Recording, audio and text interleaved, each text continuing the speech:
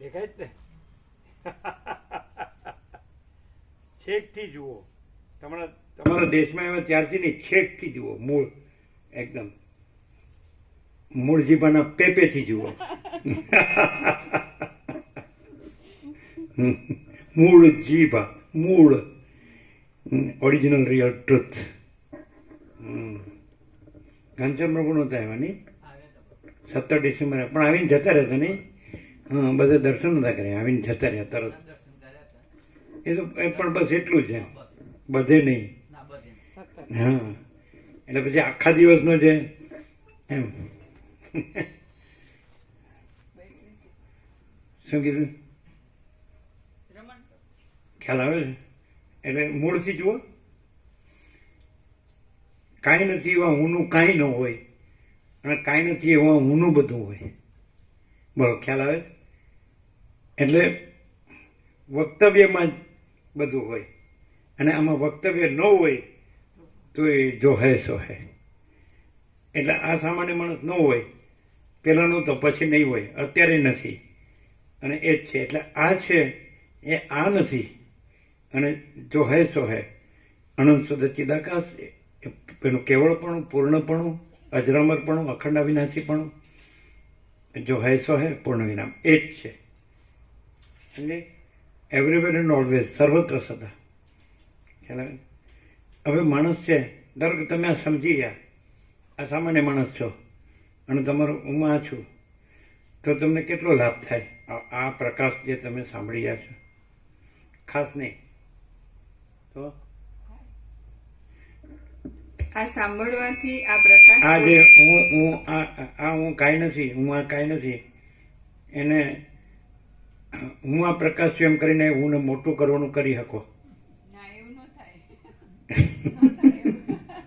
તો આ સાંભળવાથી જે હું છું એને શું લાભ થાય? કે હું માનતી હોઉં કે હું આ છું, આ દેહ છે ને આમાં હું સ્ત્રી છું ને મારી આ કંઈ પણ, હું પછીનું બાકી બધું પરંપરા લપસિંદર જે કંઈ પણ, આ પ્રકાશ સાંભળ્યા પછી એટલું ક્લિયર હોય કે આ પ્રકાશ જ છે, એનું કેવળપણું છે ને એમાં બીજું કાંઈ સંભવતું નથી. એટલે એનું અનંત પૂર્ણપણું છે, અનંત અજરામરપણું છે, અખંડ અવિનાશીપણું છે, જો હેસો એ પણ છે. હા, એટલે અસ્તિત્વ જે છે એ સત ચૈતન્ય આનંદ સ્વરૂપ પૂર્ણતા વાળું છે. અને હું જ્યારે હું માનતી હોઉં ત્યારે મારી અંદર અપૂર્ણતાની ફિલિંગ હોય, તો એ વસ્તુ એ ન રહે, અપૂર્ણતાની ન રહે. હું જે આભાસ છે, જેનાથી સુખ, સંતોષ, શાંતિ નથી હોતી, તો એ બધું ન રહે, અને આ જે પૂર્ણતા છે એની તૃપ્તિ હોય, સંતોષ ને શાંતિ હોય, અને ક્લેરિટી એટલી હોય કે આખો પ્રકાશ પોતે છે ને એમાં કોઈ ભાસ, કોઈ પણ જાતનો એવો સંભવતો જ નથી. કોઈ પણ જાતનો ભાસ, વ્યષ્ટિ, સમષ્ટિ કે ભાસ સંભવતો જ નથી. એટલી ક્લેરિટી.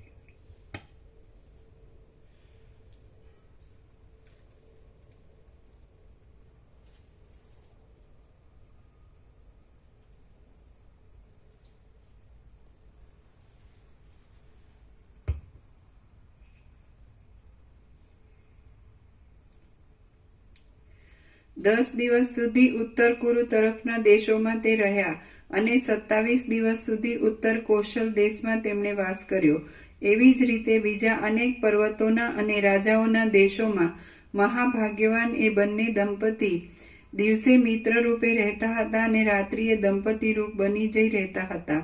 ત્યાર પછી ધીરે ધીરે કેટલાક માસ પસાર થતા એ દેવપુત્ર કુંભ મુનિને રૂપે આવેલી ચુડાલાએ વિચાર કર્યો કે હું સુંદર રૂપવાળા મનોહર ભોગોના ભાર વડે એ શિખીધ્વજ રાજાની પરીક્ષા કરીશ, કે જેથી અનાસક્તિ દ્રઢ થઈ જતા તેનું ચિત્ત પાછું ભોગોને વિશે કોઈ દિવસ આસક્તિવાળું થશે જ નહીં.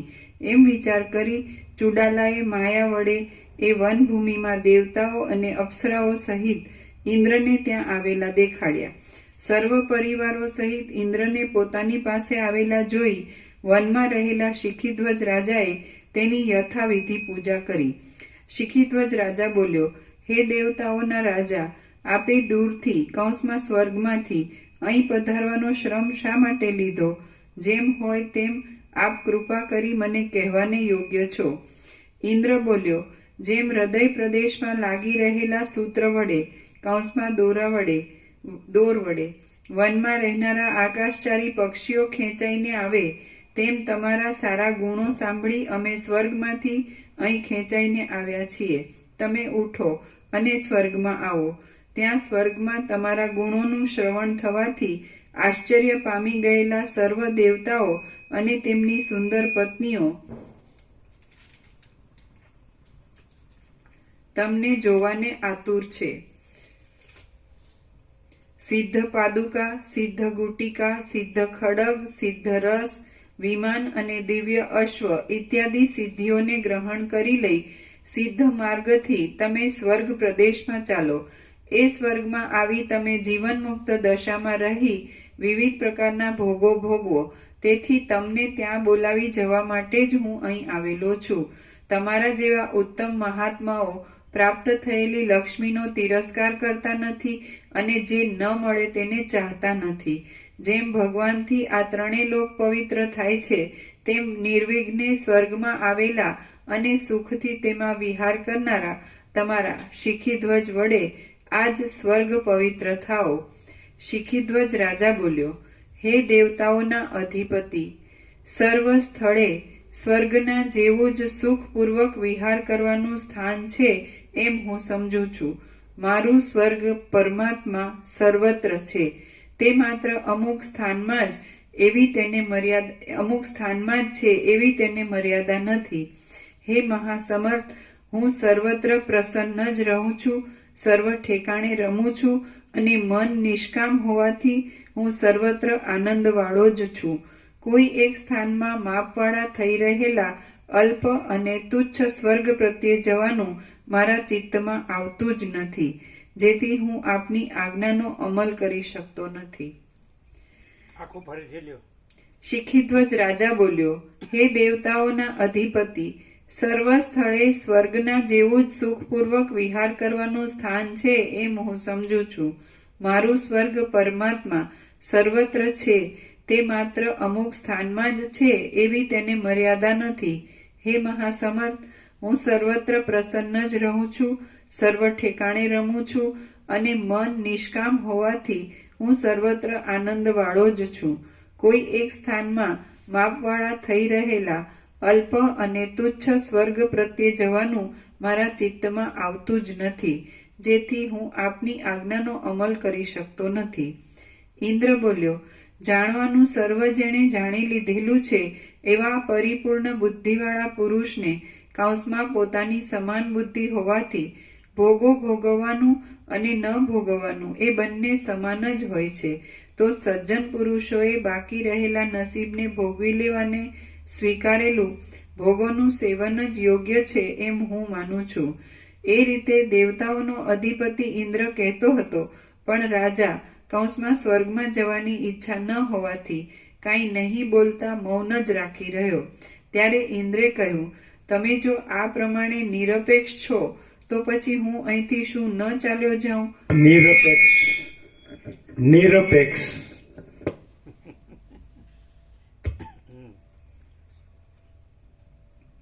ત્યારે ઇન્દ્રે કહ્યું, તમે જો આ પ્રમાણે નિરપેક્ષ છો તો પછી હું અહીંથી શું ન ચાલ્યો જાઉં છું અને હું આજે જ સ્વર્ગમાં નહીં આવું, પરંતુ કાળે કરી પ્રયોજન પડશે ત્યારે આવીશ. એમ શિખીધ્વજ રાજા કહેતો હતો તેટલામાં, હે કુંભમુનિ, તમારું રાજાનું ફરીવાર રાજ્યમાં આવવારૂપી ઈચ્છેલું કલ્યાણ કરતા થાઓ એમ કહેતા ઇન્દ્ર અદૃશ્ય થઈ ગયો.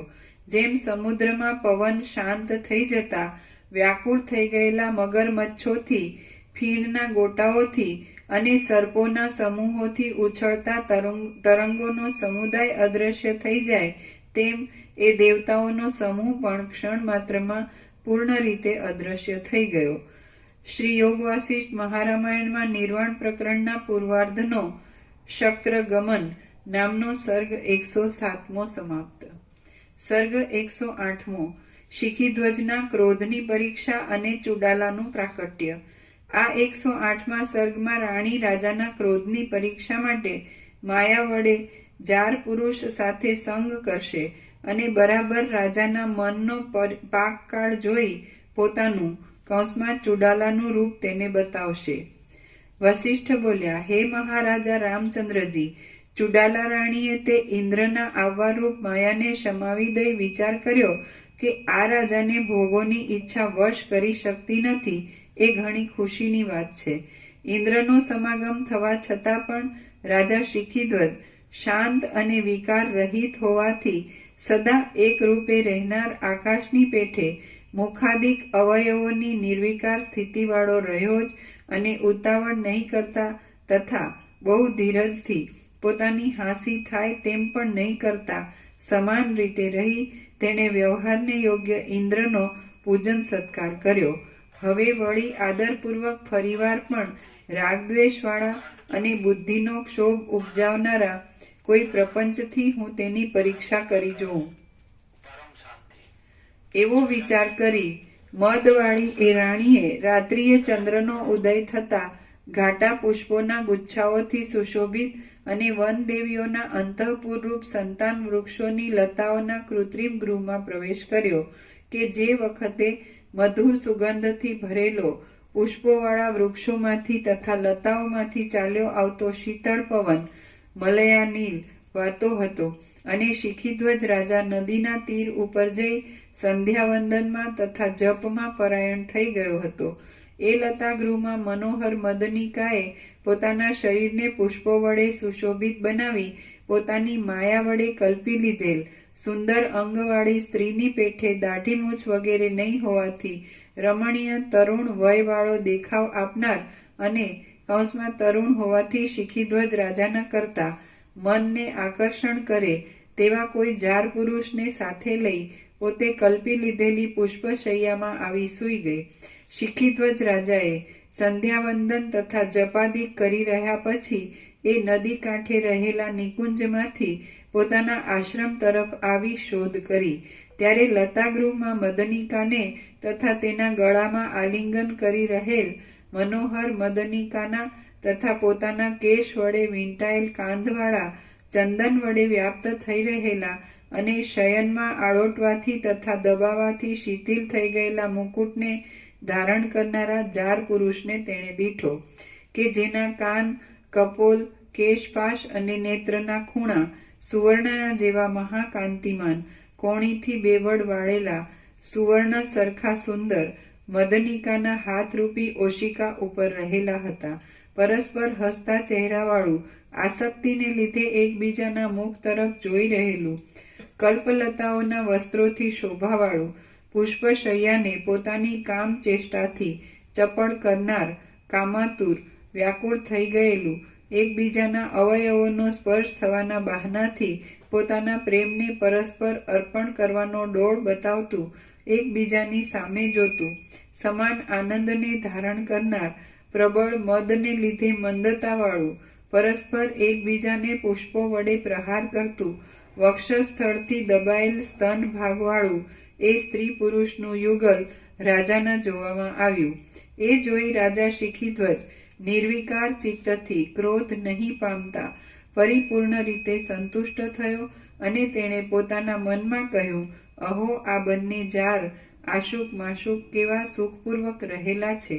પોતાનું રાજાનું દર્શન થવાથી ભયભીત બની ગયેલા એ યુગલને પ્રિય આશક માશુક તમે તમારી જેમ ઈચ્છા હોય તેમ સુખથી વિહાર કરો, હું તમને વિઘ્ન નહીં કરું. એમ કહી રાજા ત્યાંથી જતો રહ્યો. આ પ્રમાણે એક મુહૂર્ત માત્ર રહી પોતે માયા વડે રચેલા એ પ્રપંચને સમેટી લઈ પોતાના શરીરને સંભોગ વડે ખીલેલું અને આકુળ થયેલું જણાવતી તે રાણી લતાગૃહમાંથી બહાર આવી અને એકાંતમાં સુવર્ણશિલા પર બેઠેલા કાંઈક ખુલ્લા નેત્રવાળા સમાધિસ્થ રાજાને તેણે જોયો. ખેદયુક્ત મ્લાન થઈ ગયેલી અને સુંદર અંગવાળી મદનિકા એ રાજા પાસે આવી લજ્જા વડે પોતાના મુખને નીચું નમાવી ક્ષણ માત્ર મૌનપણે ઊભી રહી.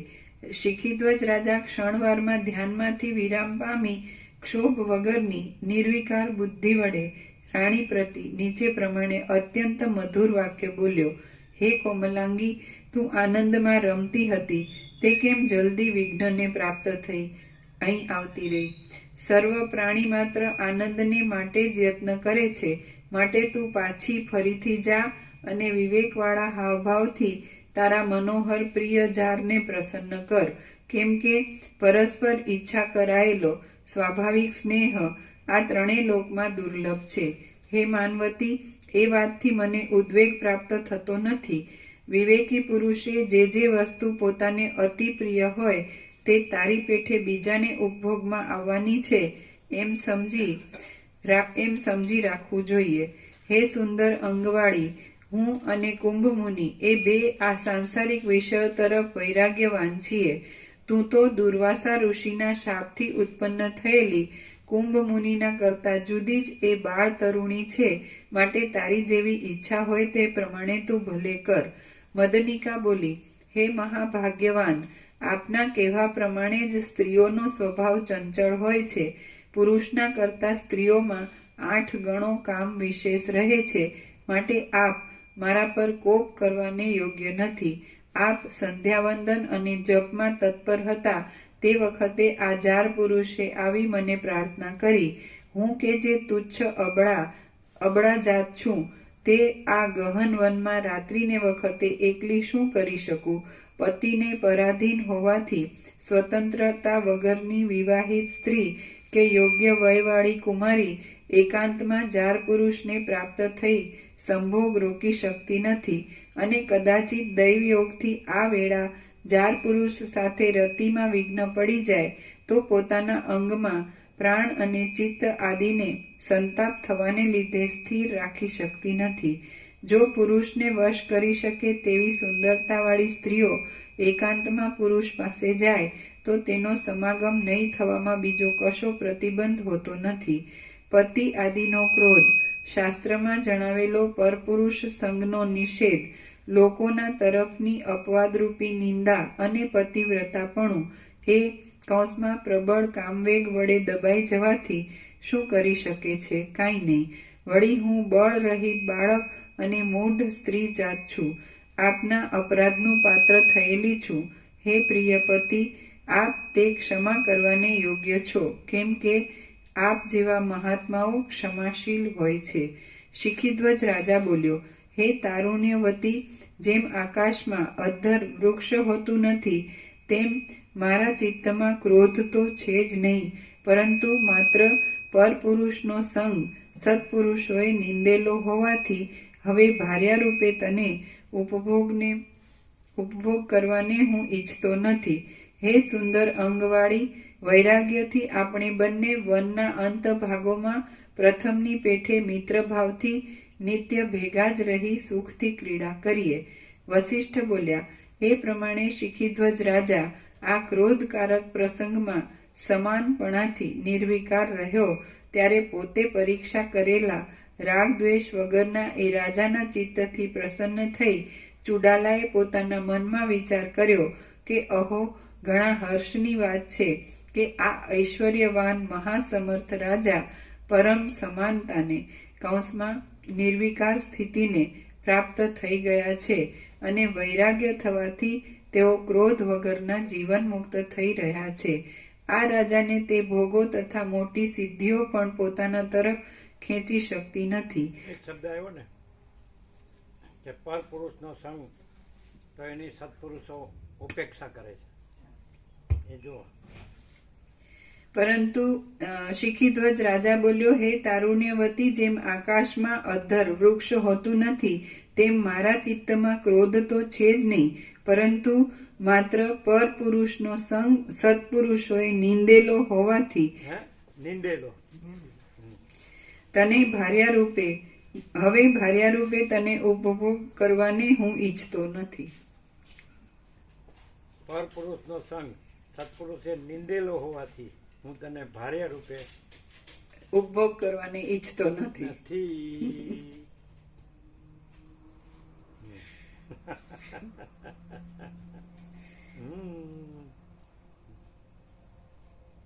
આમાં બાળપણથી અમને આપણે એમ કહીએ ને કે સરળ સીધા સાદા ભોળા એવી રીતે એમ સમજે કે આને ભોળવી શકાય, સમજાય છે કે નહીં, ફોસલાવી શકાય, તો એવું જ લાગે.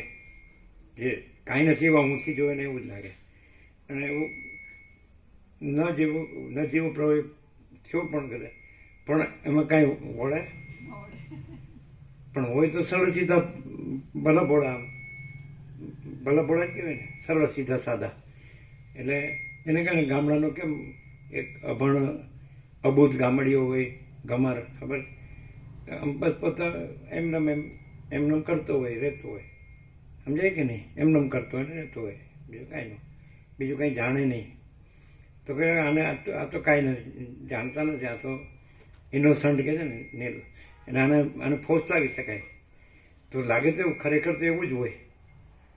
તો પછી કોઈ સ્ત્રીને એમ લાગે કે માયાને એમ થાય કે હું આ સીધો સાદો ભલો ભોળો છે તો આને હું ફોસલાવી લઉં અને હું મારું ધાર્યું કરી લઉં. એવું કરતી કોઈ પણ વૃત્તિથી કોઈ કંઈક પણ કરે તો જે એ ભૂલ ખાય છે, ખત્તા ખાય છે. કેવી રીતે કે સામે સીધો સાદો ભલો ભોળો એટલે ઇનોસન્ટ છે, ડફોડ નથી, મૂરખ નથી અને નિર્વિકાર છે. એનામાં કોઈ એવી વૃત્તિ નથી. હું હોય તો વૃત્તિ હોય, પણ આમાં હું જ નથી અને આખો પ્રકાશ પોતે છે. એટલે જે એવું આવે કંઈ પણ ખોટી ભ્રાંતિથી, તો એ પોતે જ હીરો છે એવું એ ક્લિયર થાય. એને ખબર પડે કે આમાં આપણું કંઈ ઉપજે એવું નથી. મહેન્દ્ર સ્તોત્રમાં આવે છે ને, કોઈ કદાચ પાર્વતી એમ સમજે કે હું શિવજી મારામાં મોહિત થયા છે, તો નીચે છેલ્લા ચરણમાં એવું કંઈક આવે ને કે સ્ત્રીઓ સ્વભાવથી જેમ કે એમાં આઠમી લાઈન છે, નહી સ્વાત્મા રામો વિષય મૃગ તૃષ્ણા ભ્રમયતી. નહી સ્વાત્મા રામો વિષય મૃગ તૃષ્ણા ભ્રમયતી. હવે અમે પોતે જ આપ્તકામ પૂર્ણકામ આત્મારામ પરમાકાશ છીએ. પરમાકાશ આગળ આવે કે છેલ્લે આવે? અમે પોતે જ પરમાકાશ, આપ્તકામ પૂર્ણકામ આત્મારામ છીએ. અમે પોતે જ પરમાકાશ, આપ્તકામ પૂર્ણકામ આત્મારામ છીએ. નહી સ્વાત્મા રામો વિષય મૃગ તૃષ્ણા ભ્રમયતી. એ જ ને, તમે એ કહો જ ને. એમને બીજું કીધું. બીજું કે ભાગમાં અમે કીધું એ આવે. છેલ્લે શું આવે છે? એમ કે પાર્વતી એમ સમજે ને કે શિવજીને મેં મોહિત કર્યા અને મારામાં મોહિત છે, તો સ્ત્રીઓ એમ કે મૂઢ હોય છે, એમ સમજ નથી હોતી. પછી છેલ્લે તરફ